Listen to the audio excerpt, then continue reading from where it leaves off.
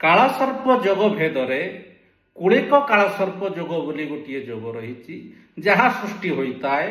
द्वितीय राहु अष्टम केतु रहिले बा तन्मध्यवर्ती समस्त ग्रह माने अवस्थित रहिले।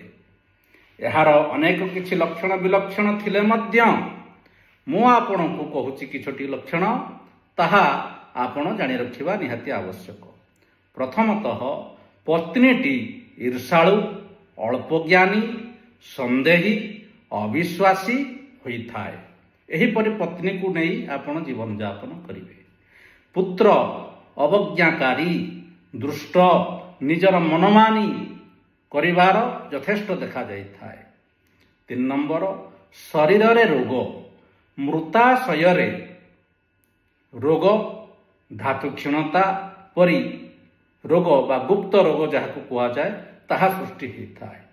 4 अनेक स्त्री संपर्क रहिबाकू एही व्यक्ति माने पछांती नाही बा अपमानित होबाकू मध्य पछांती नाही।